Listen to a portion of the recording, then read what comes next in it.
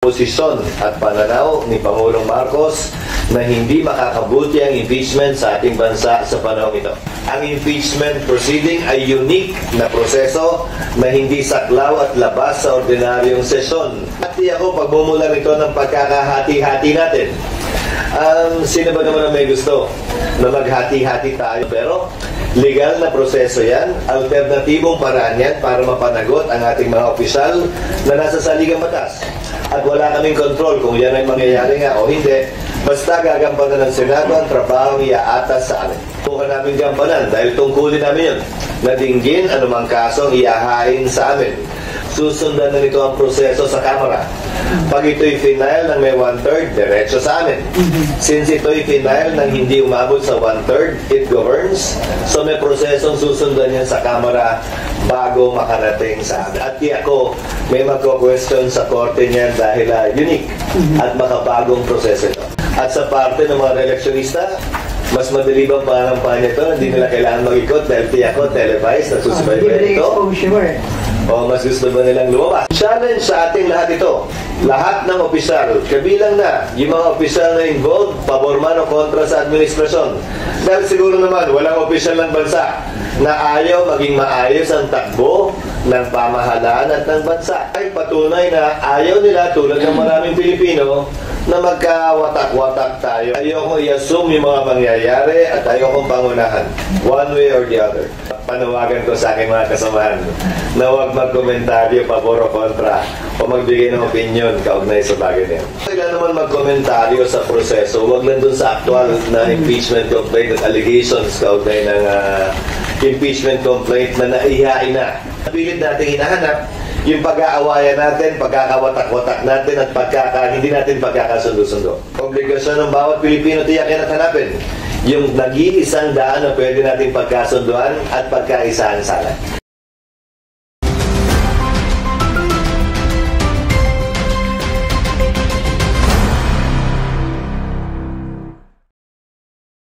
Breaking news, mga kabalita, narito ang latest press conference headline. May oras pa daw po ba ang Senado at ang House para magsagawa ng impeachment proceeding?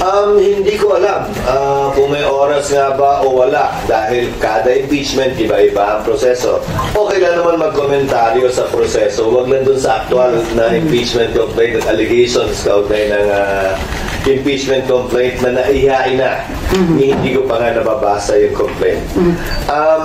Hindi ko kayang sabihin kung may oras, pero anumang trabaho ang ibabato sa Senado, susubukan namin gampanan dahil tungkulin namin yun. Nadinggin anumang kasong iahain sa amin. So, iba-iba yung timetable. So hindi ko kayang sagutin kung kakayanin pa nga ba o hindi. So, ang tanong, kahit ba naka-adjourn yung session, naka-break ang session, pwede bang magpatuloy yung impeachment proceedings? Oo. Dahil hindi session ito. It is a different time. Hindi ito session tulad ng session namin kung saan kailangan nagsesesyon din ang Kamara. Ang impeachment proceeding ay unique na proseso na hindi saklaw at labas sa ordinaryong sesyon ng Senado kung saan kailangan nagsesesyon din yung aming counterpart sa Kamara de Representantes. This early ba na pag-uusapan na at may mga initial preparation na yung Senate? Wala. Sa ngayon, wala kaming initial preparations dahil sang-ayon sa rules ng Kamara na yan pa yata yung ginawa kong rules noon, no? Ako yung miyembro ng Kamara. At sinang-ayunan ng Korte Suprema sa ilang desisyon nila sa mga nagdaang impeachment complaint. What will govern the procedure or process in the House is the filing. So pag ito in-endorso ng wala sa 1/3, susundan na nito ang proseso sa Kamara. Pag ito'y final ng may 1/3, diretso sa amin. Since ito'y final ng hindi umabot sa 1/3, it governs. So may prosesong susundan yan sa Kamara bago makarating sa amin. The end of January, pasok pa yun sa session ninyo, but there is a campaign break by the first week of February. So what happens in that situation? Trabaho ng Senado, dinggin yun kung i-file sa amin. Pero ulitin ko, desisyon ng impeachment court, mayuriyang boto, hindi 2/3, hindi 3/4, kung ano ang gagawin kaugnay ng schedule ng hearing. Gaano kadalas ba ito? Ilang araw ba ito at ilang oras habang break o habang may session kami. Pangalawang dapat tingnan at pag-aralan at suriin din kapag ka ito ay inabutan sa anumang stage, hindi pa nare-refer sa amin o na-refer na sa amin ng pagpasok ng 20th Congress. Tanong ang ibibitawan ko, katulad ba ito ng ibang bill na kailangan magsimula uli? Back to square one. O magsusurvive ba ito ng 19th Congress at tatawid sa 20th Congress? Isa yon. Kung mangyayari yan, kung mapapile nga sa amin, isa yun sa mga dapat na naming tingnan, suriin at pag-aralan. At di ako may magko-question sa korte niyan dahil unique at makabagong proseso ito. Pero logically, kung yan ang nangyayari sa bill, bagaman hindi ito bill, panibago na ang komposisyon ng Senado. Panibago na rin ang komposisyon ng Kamara. May mga nagsasabi nga, minsan, nanalo naman yung mga re-electionista. So lahat ng nasa dating Kongreso, sila pa rin yung nasa bagong Kongreso. Pero sinimulan pa rin yung proseso ng pag-file at pag-approve ng bill. Minsan, isa o dalawa lang ang pagbabago ng komposisyon ng Senado mano ng Kamara. Pero sinimulan pa rin sa simula dahil nag-iisang pagbabago yon, sapat na raw yon para simulan muli ang proseso. Politiko, ayokong pangunahan, pero isa yan sa mga dapat tingnan, suriin at pag-aralan ng mga dalubhasa sa prescribing a timeline for the impeachment court to dispose of an impeachment case. Para Nakalagay alam ganun na. Sa House meron, pero sa inyo wala. Nakalagay, day to day, sa araw-araw hanggang matapos. Actually, yun ang nakalagay sa rules namin. Ito'y dapat dinggin hanggang matapos sa araw-araw. Kaya kung maalala mo nung nagdaan, araw-araw talaga yung hearing. Lunes hanggang Huwebes pa nga yata. Kasi yun ang nakalagay sa rules. Pero yung rules nga, mababago yun sang-ayon sa gusto ng mayoriya. Sa ngayon, ang rules namin yung nakalagay. Araw-araw na didinggin hanggang matapos. Pero syempre, yung definition ng araw-araw nung nagdaang impeachment court, hindi naman Lunes hanggang Linggo. Hindi naman talaga araw-araw. At paano naman yung mga kasama ninyo who have to campaign? Will that affect their disposition towards pagbobotohan, kung mangyayari yan ang pagbobotohan yan ng mayoriya ng Senado at sa parte ng mga re-electionista, hindi ko alam kung paano nila titingnan to. Mas madali bang pangampanya ito? Hindi nila kailangan mag-ikot dahil tiyak ko, televised, nagsusubaybay ito. O mas gusto ba nilang lumabas? Hindi ko alam talaga. Ayaw kong gamitin basehan yan o ayaw kong gamitin opinion yan kung ano mangyayari pagpapasya ng Senado. So, hindi ko trabahong pangunahan ang magiging desisyon ng mayoriya. So sir, libreng exposure pero depende sa kanilang magiging performance sa impeachment trial? Again, depende. Sa magiging pasya ng mayoriya, 7 ang incumbent na re-electionista sa ngayon. Pero sir, ano yung general sentiments ng mga senators? Kasi ilan yung mga nakausap namin, hanggat maaari, ayaw din nila na magkaroon ng impeachment. Well, ang political na prosesong alam ko sa Pilipinas ay dalawa lamang. Election at impeachment. Pag sinabi mong political process, may kanya-kanyang opinion tayo, nagkukumbinsihan tayo, magkakaiba tayo ng pananaw, at di ako pagmumula nito ng pagkakahati-hati natin. Sino ba naman ang may gusto na maghati-hati tayo at magkaroon tayo ng mainit na debate at hindi pagkakaunawaan tulad ng isang halalan? Wala naman din siguro may gusto yun. May gusto nun. Pero legal na proseso yan, alternatibong paraan yan para mapanagot ang ating mga opisyal na nasa saligang batas. At wala kaming control kung yan ay mangyayari nga o hindi. Basta gagampanan ng Senado ang trabaho iaatas sa amin. Sir, dun sa inyong i-adapt na rules, it's either i-adapt nyo yung existing o kaya magkaroon kayo ng amendments. Isa dun sa pag-uusapan nyo, kailangan nyo magsuot ng robe o talagang yun under the Constitution?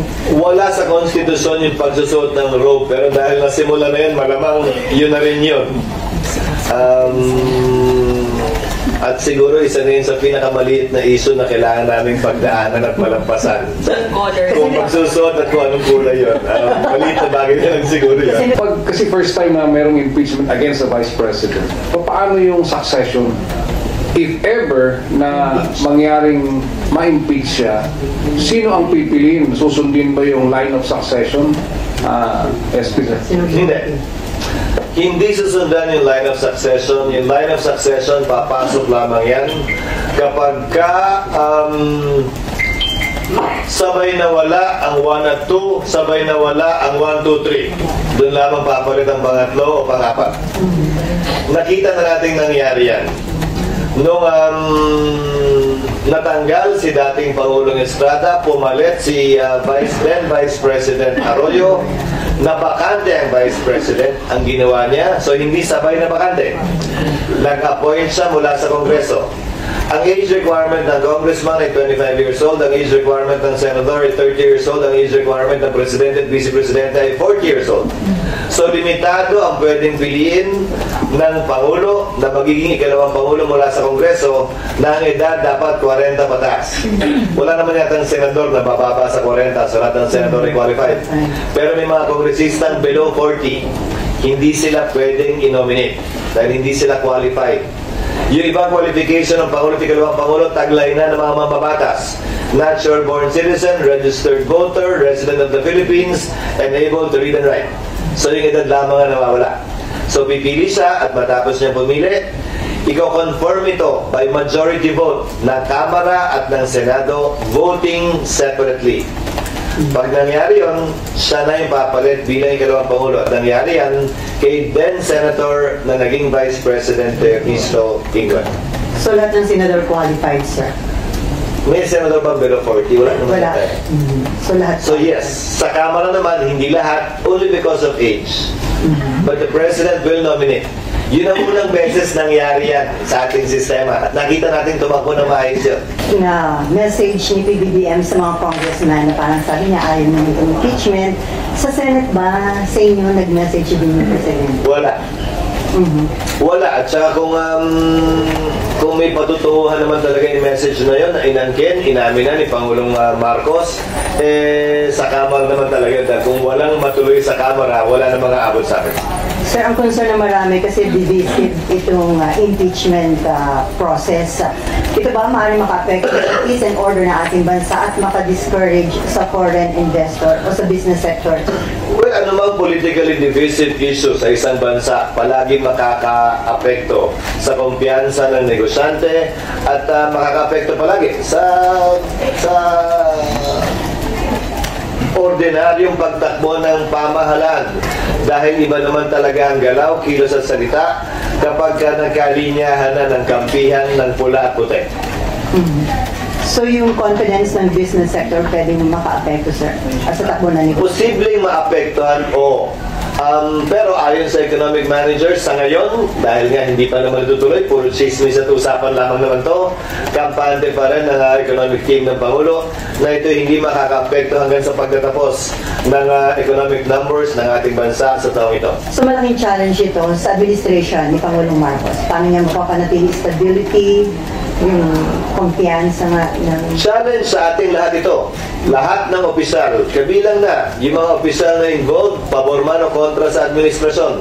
Dahil siguro naman, walang opisyal ng bansa na ayaw maging maayos ang takbo ng pamahalaan at ng bansa.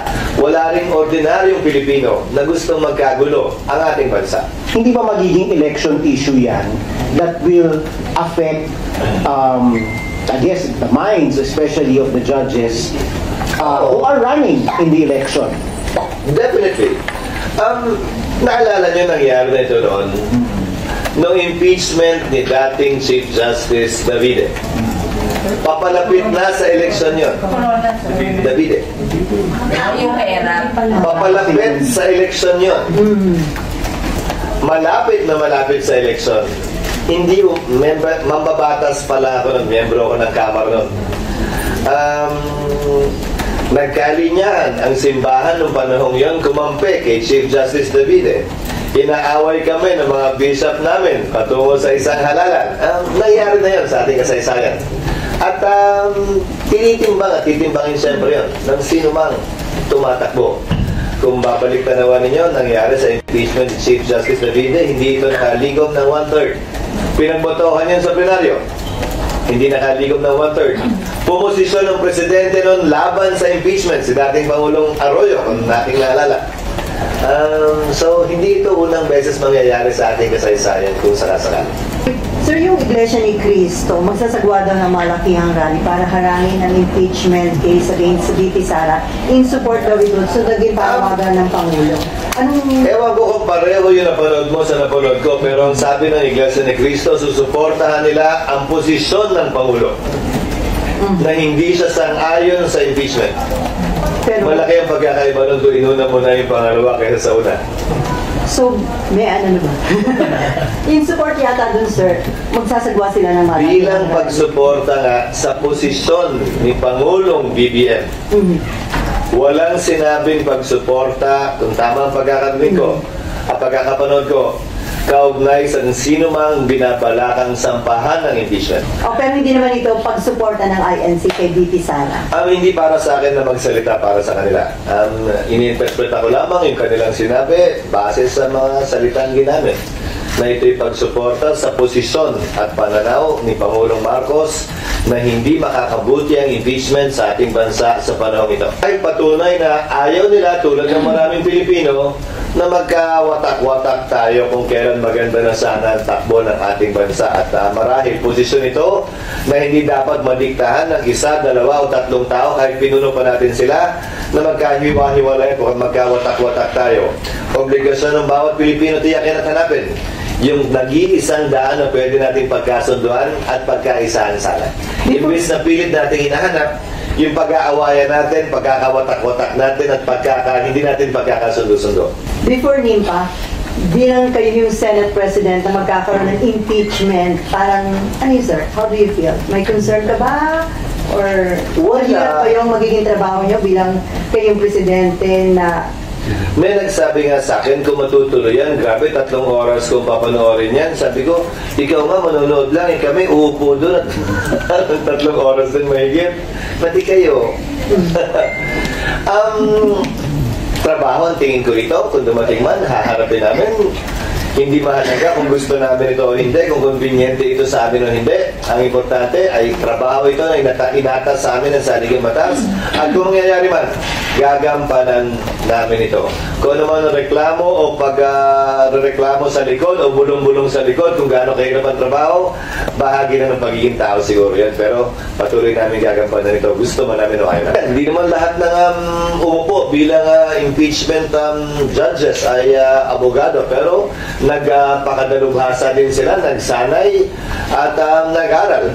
Maski naman ako, matagal na akong hindi nagpa-practice. Kung mangyayari man yan, kailangan ko rin mag-review at magbasa ng rules on evidence.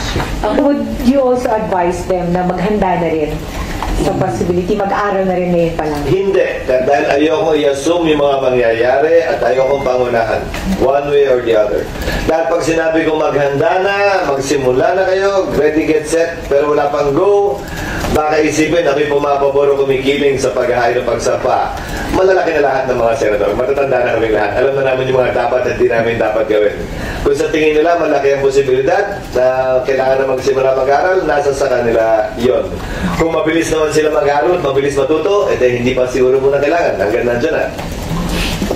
Pero sir, based dun sa, hindi ko alam kung tama doon i-base, pero based dun sa naging boto or decision ng House sa budget ng OVP, can you surmise from there na malamang-lamang na lumusot yung impeachment campaign? Ayoko pangunahan ang desisyon ng Kamara. At hindi ito pwedeng ibase sa naging desisyon sa budget ng OVP. Dahil political nga na proseso ito, nagsalita ang presidente at political head ng karamihan ng mga partido sa Kamara.